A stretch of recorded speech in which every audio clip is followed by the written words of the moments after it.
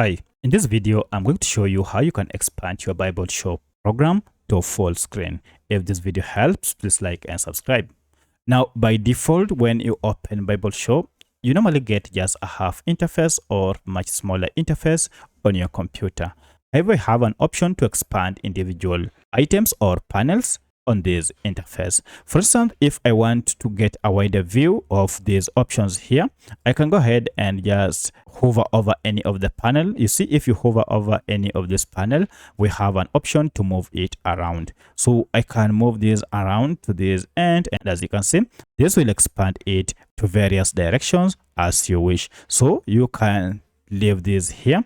And as you can see, we have now a much larger interface for us to use. You can also do the same to these others. You can move them wherever you want and now have a wider view of your panel. So that's how you can expand your BibleShow panel to full screen. If you have any other question, kindly let me know in the comment section. Otherwise, thanks for watching and let's meet in the next video.